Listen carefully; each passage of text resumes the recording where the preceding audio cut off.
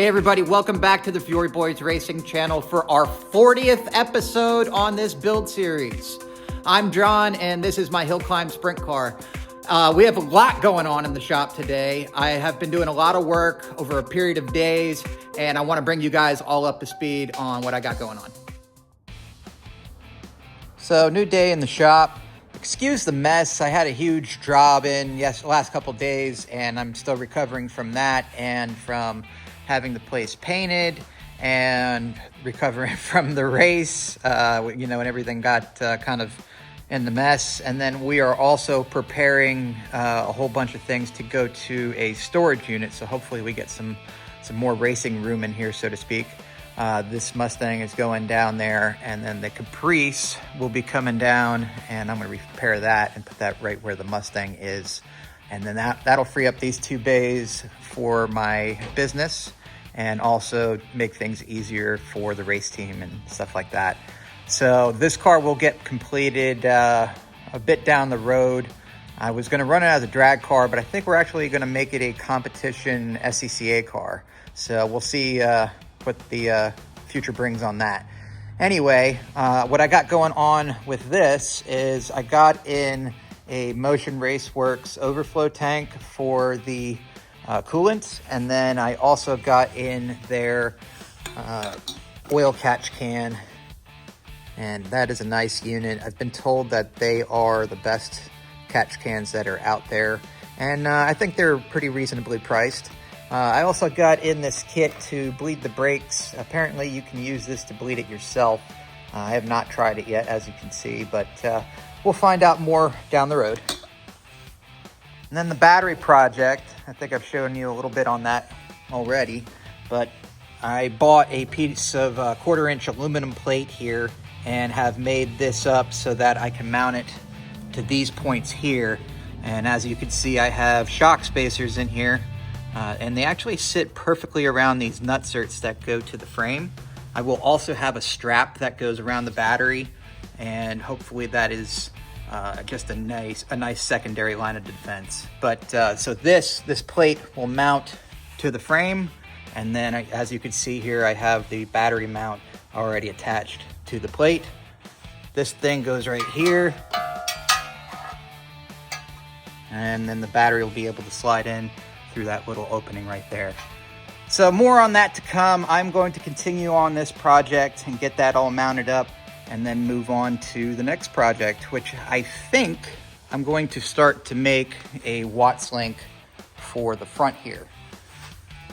So more on that to come. So as you can see, I did make a little bit of a mess here, but I did get the battery mounted and I'm pretty happy with the results. This plate here is 1/4-inch aluminum that is mounted to the chassis, and then the new battery mount that I bought offline, I mounted that to that plate.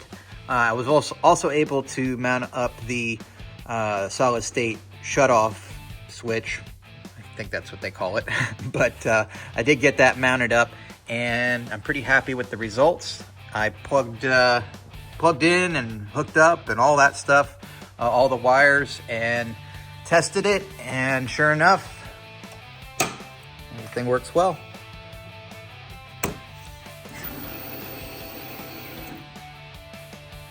So once this pops up here,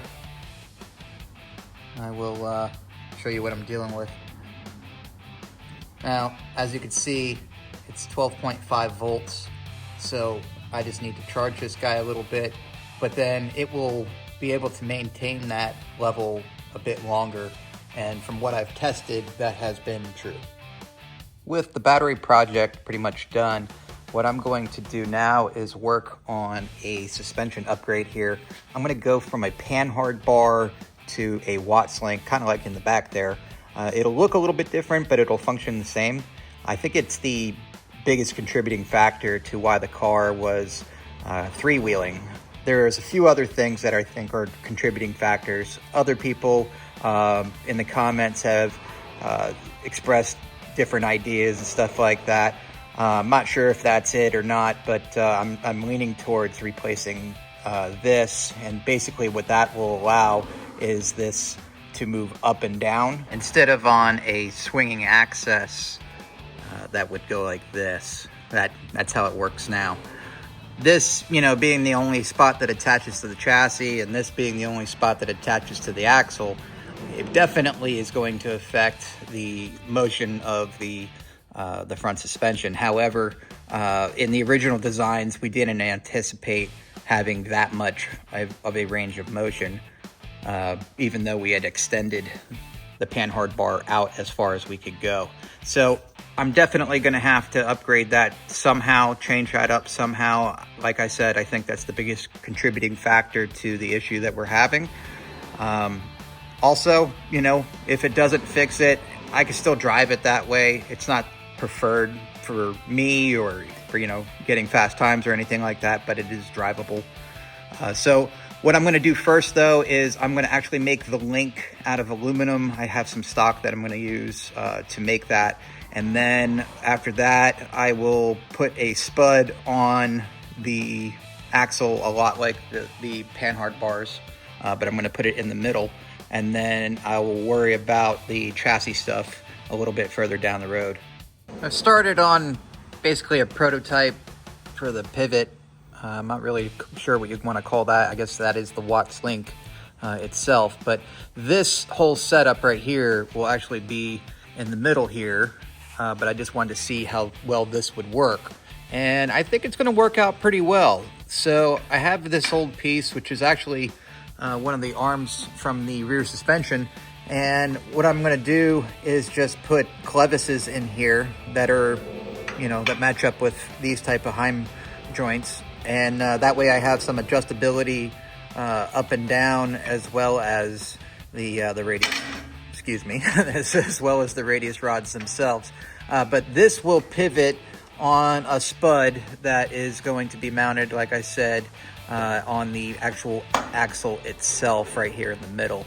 I've yet to do any of that. I still am in the early stages of planning all of this, but I do believe that this system is going to work, and I think it's going to work well.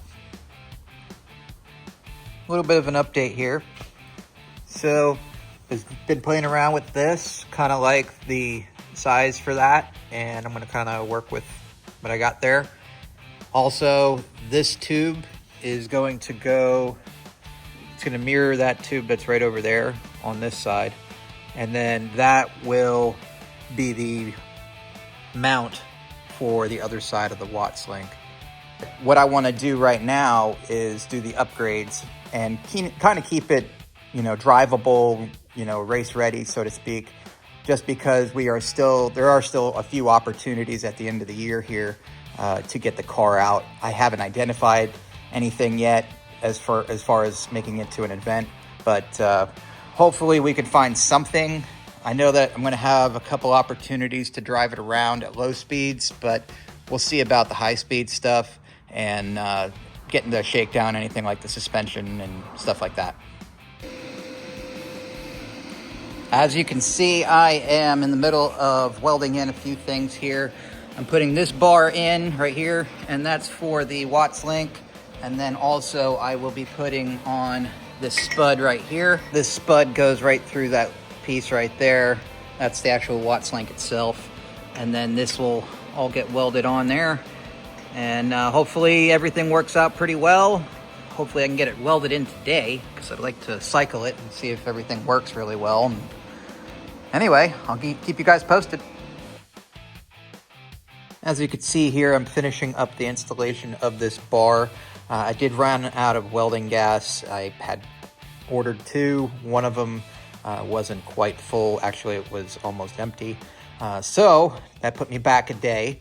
However, I took advantage of that and did as much as I could. So I got this painted up here. As you can see, I've been making a lot of progress on this front Watts link here.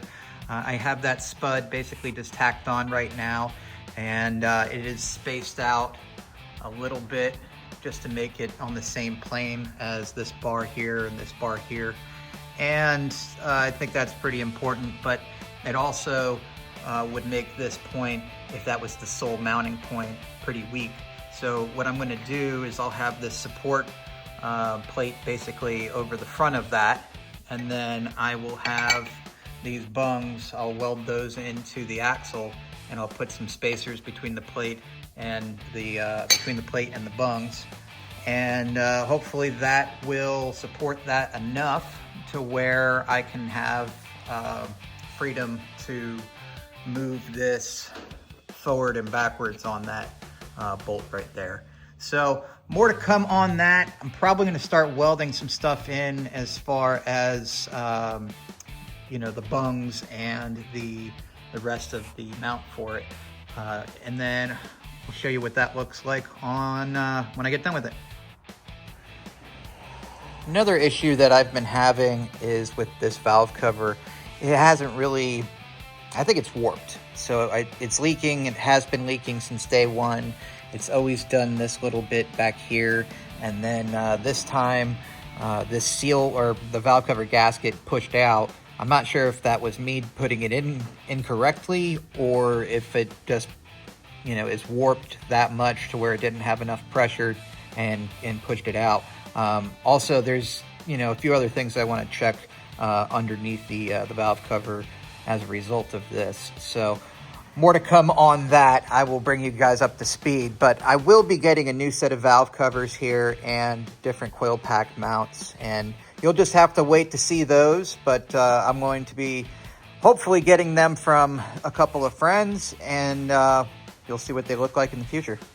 I started on the mount for the oil catch can here, and I will be continuing to work on that, but this is the first part, and that is just another piece of aluminum that I had in my scrap bin and made it work with the head here, and then that will give me a platform to mount this.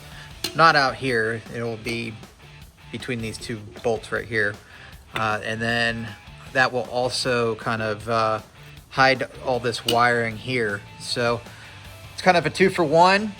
And I'm not sure if I need to keep this at a certain height. I know it's got to be, mounted above the valve cover.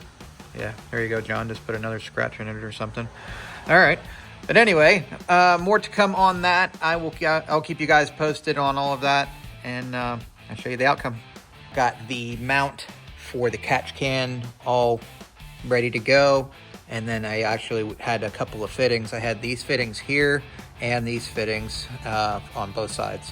So, and believe it or not, this angle is actually perfect, and this straight right here is going to work really well. Yesterday I went to a flea market for race cars, and it was basically just dirt track cars. A few other things sprinkled in there.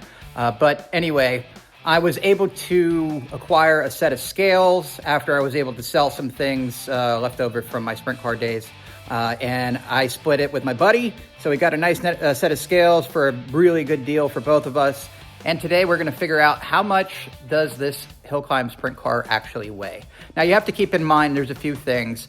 A traditional 410 sprint car weighs 1,420 pounds or 1,425, one of those two. But that is a car that has absolutely no transmission, no computers, very few things compared to the car that I have. So we have a heavy belt. Well, let's go through the car. So things that would be heavier are the wheels and tires are a little bit heavier. The engine's actually lighter. Well, maybe not. A 410 engine's about 300 pounds. This one should be right around that, give or take. 25, 30 pounds, I would say. And then moving back here, we got the bell housing, and that is made out of steel, and that is pretty heavy in itself. Obviously the transmission, I think that's about 40, 45 pounds. The protection for that, it's a little bit more. And then the rear end, compared to a regular sprint car rear, it is a lot heavier. Other than that, though, everything else should be about the same. So I just put her down. I haven't looked at it yet. And granted, this is not with me in the car. And when you weigh a traditional sprint car, it is with the driver in the car. So we'll have to see that much when I get a chance. Anyway, here we go. Wow, that is a lot lighter than I thought. 16. That's insane. Now, granted, I don't have the hood on there, but that's carbon fiber, or the side panels, also carbon fiber. With me in the car, looks like we are 1812. So not too bad. Now the corner weights, they look a little, I guess there's a little bit to be done there. Doesn't look too bad though. I'll have to adjust where I put things, and then also, you know, the suspension, I'll have to tune that in order to compensate for some of those parameters. So back out of the car now, and just wanted to show you guys something. This is a number that I need to work on, the 59% rear weight, and it'll take some doing because these cars are very light in the front, simply because they are a mid-engine design. Even though I'm behind the engine, it is in the middle of the chassis and well behind the front wheels. So naturally the front end's going to be lighter than most cars, but in this case we just need to worry about getting a little bit more weight forward of, I think, the motor plate, hopefully even further. The further out we can get the weight, the better. So we'll work on that. All right, everybody, I'm going to wrap up this episode right here. There is a few things I need to finish up on the projects that we started here today. In the next episode, we'll go over all of that. But for now, I appreciate you guys sticking through this whole episode and for sticking along through this whole build series. I wouldn't do it if it weren't for you guys. Well, maybe I would, just to document my, my build or whatever. But that's besides the point. Anyway, like, share, and subscribe, and we'll see you in the next one.